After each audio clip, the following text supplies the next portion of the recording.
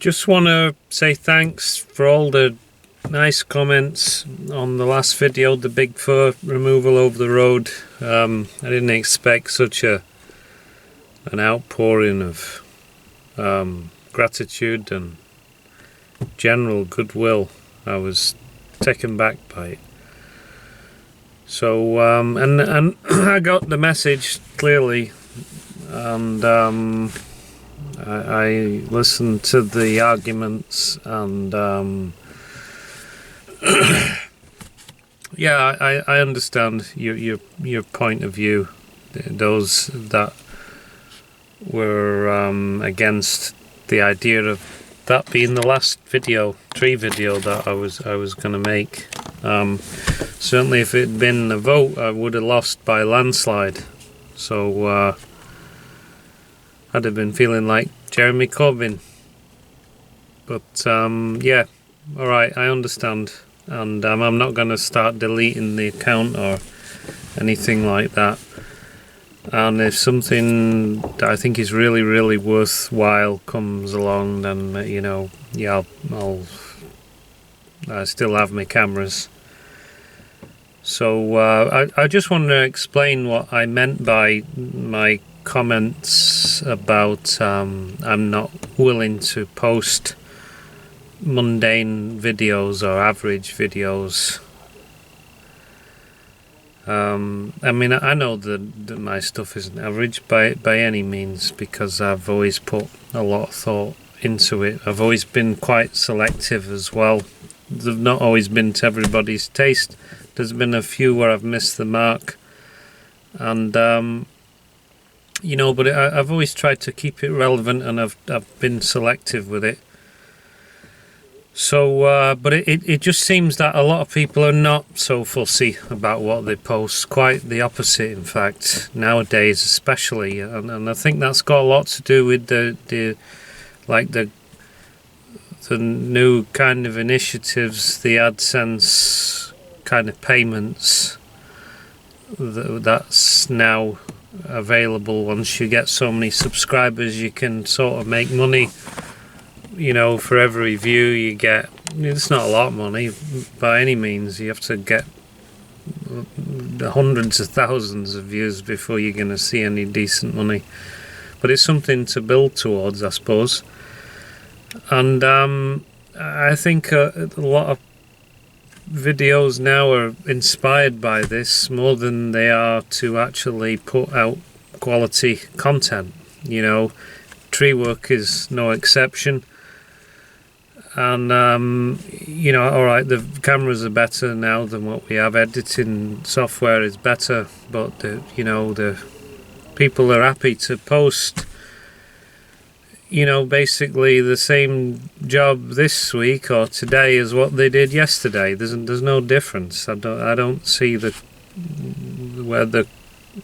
don't see the quality in that at all. It's sort of diluting things, if anything. But that's their prerogative, I suppose. I mean, I've always tried to be kind of a bit I never wanted to be so over familiar, in general, because I'm well aware that you'd get sick of anybody's face or voice if you see it too often. Ask anyone who's married. And my face and voice is certainly no exception to that. But maybe there is people out there that you like, and maybe there's some comfort in seeing them bullshitting or doing repetitive stuff. Maybe it's just like a TV show where predictably how it's going to end. But that's not why I've posted videos. Another thing is as well is perhaps people get kind of used to the comments and the praise and the back slapping, and without wanting to, I don't want to sound too cynical, and they post one video and then they see a load of comments, and then they want more of that. Maybe perhaps it gets a bit addictive. after a while, and that's why the frequency is become what it has. But they're just theories. I don't know for sure, but this is where I stand on it. And you know, from the start, I always, one of the reasons I made videos was to show what happens on real life work sites, you know, and I coming from my generation as well, when things were done a little bit differently, and you sort of take them skills and that mindset with you, and all the strengths that you've kind of accumulated, you take it with you. Techniques might change a little bit, or equipment, but the work ethic is the same, you know. And then you know, I've watched the job on a whole get so heavily regulated over the years, and I think if anything, it's sort of diluted some skills.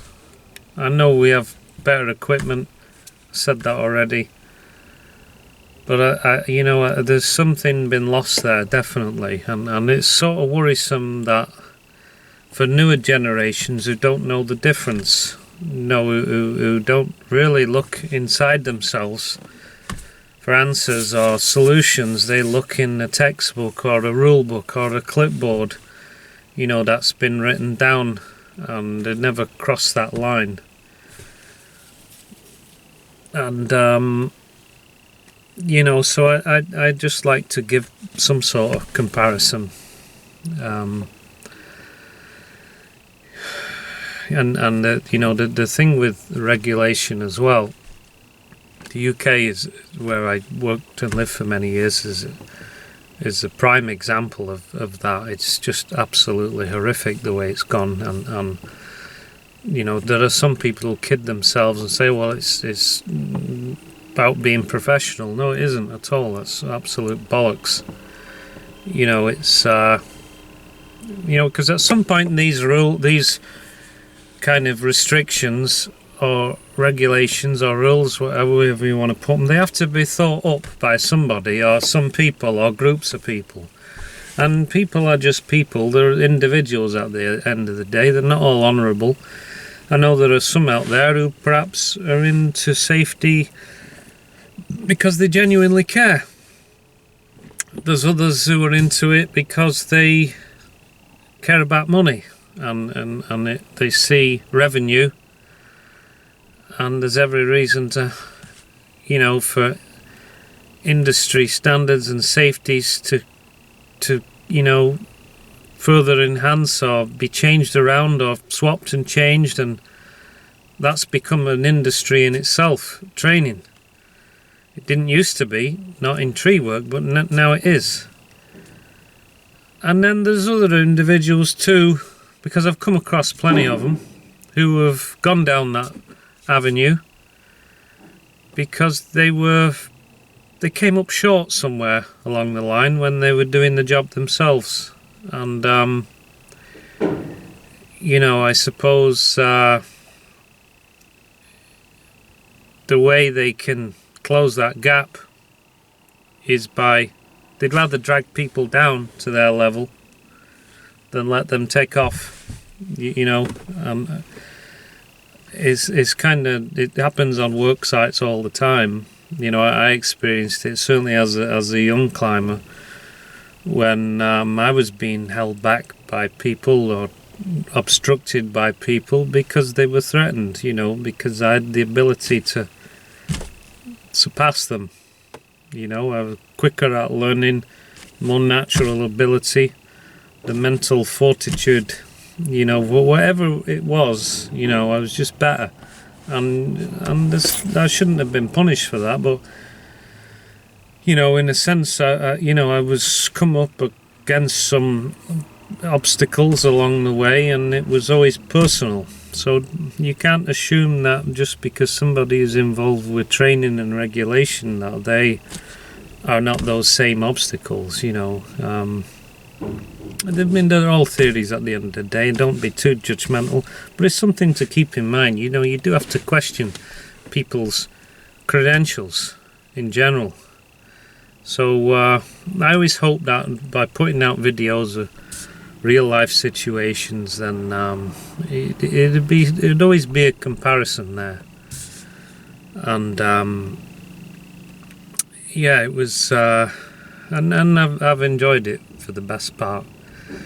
It is, you know, and I've done some stuff where, and interestingly, where people have even said, I've been doing tree work longer than they've been alive, and they've said to me, oh, that's not safe, you know, and well, you just watched me do it perfectly, you know. But they seem to have lost the ability to think for themselves. They're living in fear of rule books and stuff like that, and it's a terrible shame. And unfortunately, there seems to be more of them than there is of us, the way it's going at the moment. So I gotta stop this because I need short files. Sorry, we're back in a sec. Right, I've also done videos in the past of working alone, and you know, it's another thing that some people frown on because they can't really comprehend it, because it wasn't within the structure of wasn't an option within their, you know, training program or company policy or whatever. And there's, you know, working alone, there's not, alright, there isn't the same fallback plans. You may be breaking the law in the country, like, you know, wherever you are, but you know, I do it to push myself, and I don't do it all the time. I do it if I think it's safe to do so. Safe for me, safe for somebody of my ability and my experience to do it. And it can be, sometimes it goes well, other times you know it's going to be pure drudgery.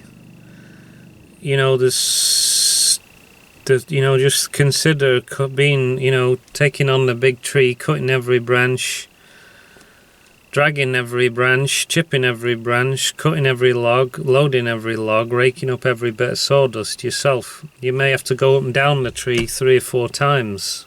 Go up, get down, clean up, go up, you know, it can be really hard work, but there's something to be said for, I wouldn't say punishing yourself, but putting yourself through that. There's something humbling about it. And you drive home knowing you've done a day's work. You know, on the big tree the other day, I drove home. It was a long day. I left my house at 5 a.m. I didn't get home till 8 o'clock.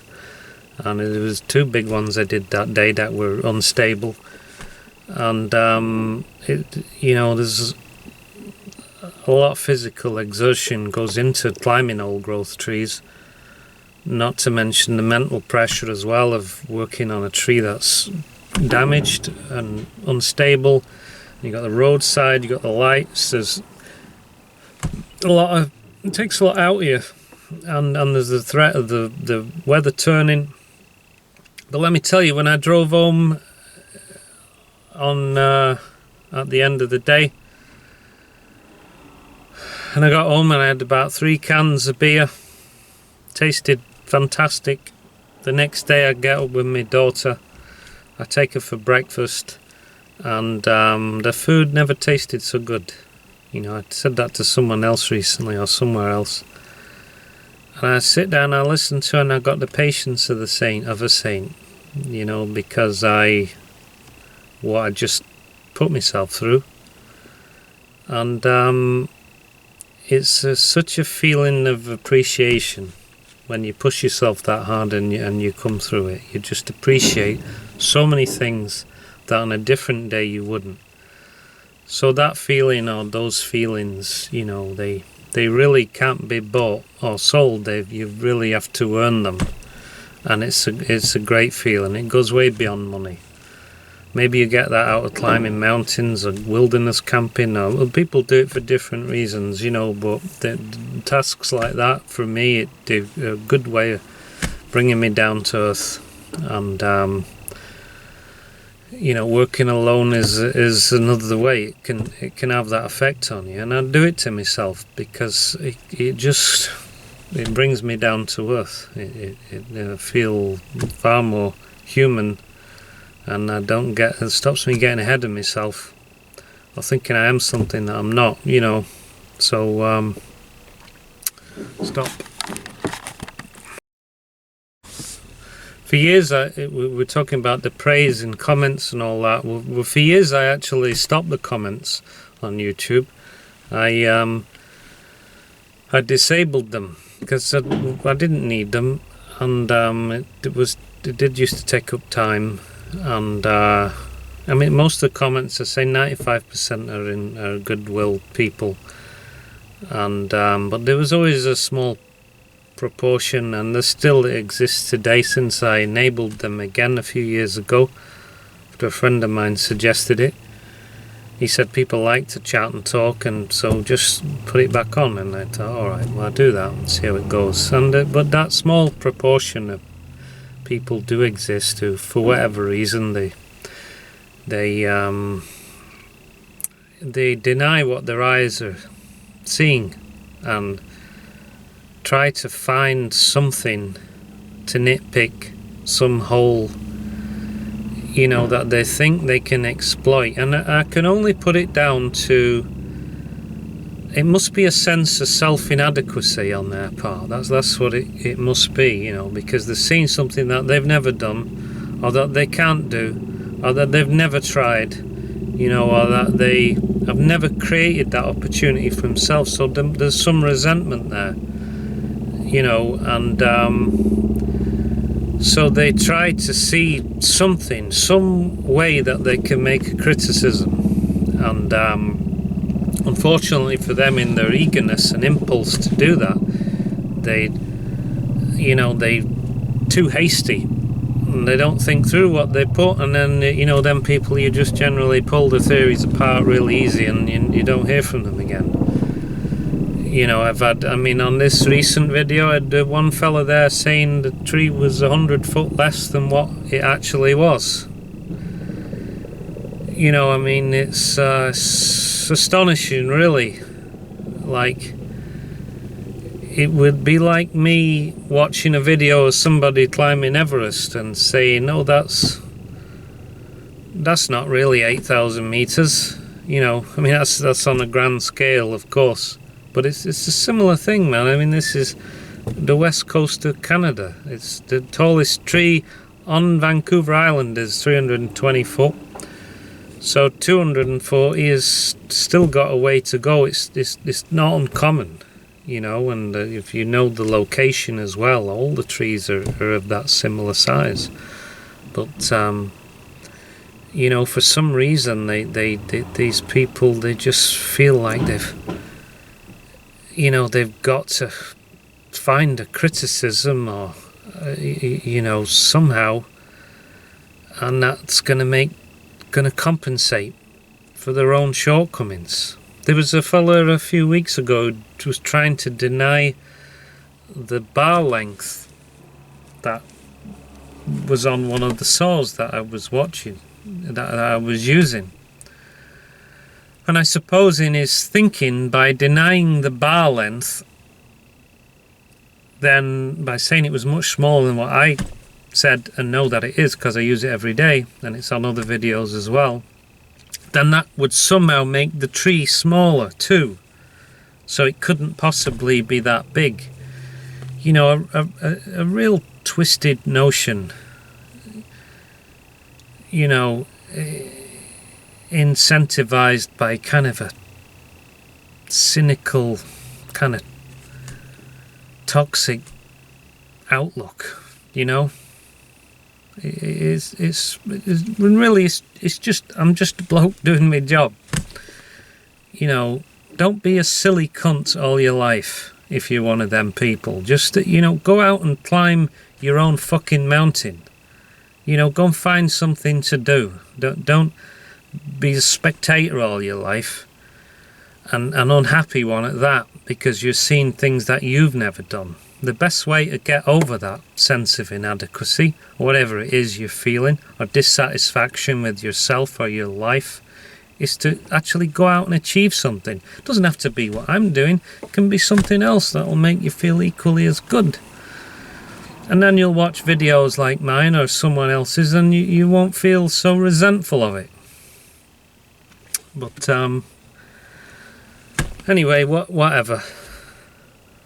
I should mention too, the other climber on site there. There was a few climbers on site on Monday, and there's nothing to say they couldn't have done what I did. But I do have the experience, and there is obviously a pecking order on site. But the other guy who was doing the climbing, another contractor on that day, Ryan Murphy, and Ryan's is a really, really good climber. You may have heard of him. Some of you may have heard of him if you do the competition climbing. He's a Canadian lad. He's from around here. I don't know what he is now, mid-30s or something. Maybe he's a bit older. I don't know. But throwing throw lines and ringing bells and swinging around trees is not just what he's good at. He's an accomplished killer, of big trees when he has to, giant trees. Very, very calculated and thoughtful, and absolutely wastes nothing. So, he's just a bit lazy with the camera, is Ryan's. He's going to kill me for saying this, but I'm going to put one of his videos in the link in the description. So just under where you're watching this, you might be able to. There might be a drop down option, and I'll put one of Ryan's videos there. So get on his case, tell him to make some more videos, because Ryan can and does everything that I can do. One of these days he might wise up and realise why I'm always on site before him, because I look at all the trees and think, oh fuck that, Ryan can do that one, I'm going to go and do this easy one. That's why I get on site early, Ryan. I'm always there before you, mate. But I'm just teasing. And the thing with Ryan, and something that doesn't get mentioned very often is, and it's a bit of a taboo subject, it shouldn't have done. He clearly has a lot of courage, and courage is kind of, a few things kind of factor into that: commitment and knowledge and everything else. I mean, it takes courage to climb your very first tree ever, but because you've got to push through some parts that you look at it thinking that's going to be not very nice, that's going to be horrible, and that never truly goes away depending on what level you're working at. So when you're getting into old growth fir trees, as an example, of such dizzy heights that we get to work on, and old growth is a different animal than second growth, even of trees of equal size.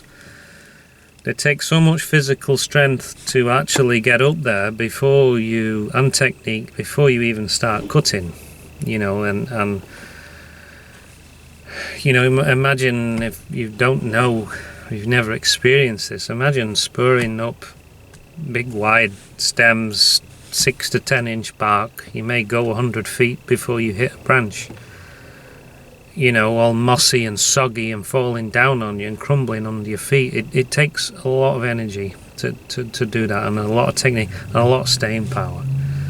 That's why I always got a lot of respect for the forestry climbers who do that kind of work frequently. The one that posts sometimes, Hammer Tree, is the real thing, and a few others who are not into forestry so much, Rico and Martin too. They know what it's about. It shouldn't be understated. But going back to courage, Ryan's still, and myself, we're still gonna see parts of the tree that It might be just a big head leaner going way out above 200 feet. It might be a dead top. It might be a massive section that we have to let go. And you look at it and you think, oh, that's going to be easy. And then we'll get to that. That's going to be fucking horrible. And I've got to get through that bit. I've got to push through it. And that takes courage. And it shouldn't be understated. But it does get understated and buried and denied. I think it's because, you know, the PC brigade don't want to hurt anybody's feelings who's not doing stuff like that. You know, so let's not call it courage, let's call it something else. It's interesting that you'd credit somebody with courage for coming out and saying, oh, I'm gay. Or somebody who stood up to their boss for the first time. He's courageous, or she's courageous for doing that. Or somebody who decided to sing in public. That took so much courage.